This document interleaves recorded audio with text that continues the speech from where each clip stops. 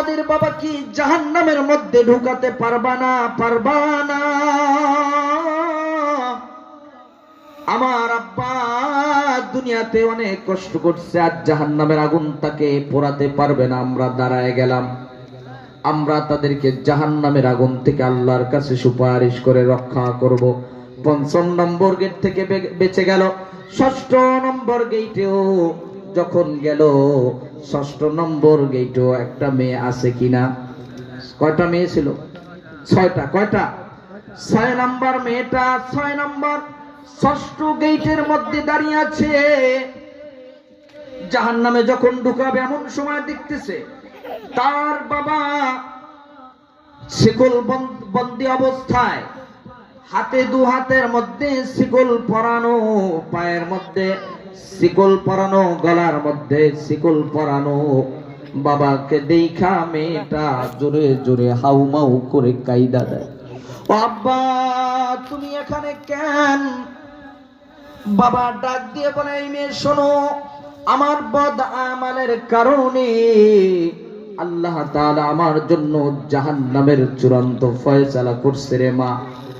৬টা গেট থেকে ৫টা গেট থেকে তোমার অন্য বোনরা বাঁচায় দিল, মুক্তি দিয়া দিল। ৬ নম্বর গেটে আসছি রে মা, তুমি কি করবা? কয় আব্বা ওগো আব্বা জান, আমি ৬ নম্বর গেটে দাঁড়ানো আছি রে বাবা, আপনাকে ফেরেশতারা জাহান্নামের মধ্যে ঢুকাতে পারবে না। আল্লাহু আকবার। জাহান্নামের মধ্যে ঢুকাতে পারবে না, পারবে না। ৬ নম্বর গেট থেকে পরিত্রাণ পেয়ে গেল। ৭ নম্বর গেটের মধ্যে নিবে। ৭ নম্বর গেট আসেনি। জাহান্নামের দরওয়াজা কয়টা? জোরে বলেন, জাহান্নামের দরওয়াজা কয়টা? ৭টা। ৭ নাম্বার কি তার মেয়ে আছে?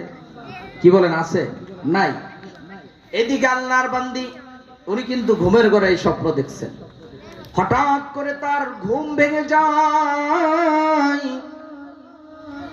আল্লাহর বান্দি একটা নির্জন কক্ষের মধ্যে মুসাল্লা বিছায়া, জায়নামাজ বিছায়া, চক্ষু দিয়ে অশ্রু বের করে করে কান্দে, আল্লাহর কাছে বলে, ওগো আল্লাহ, সব কিছু করার মালিক হইল তুমি, একমাত্র আল্লাহ।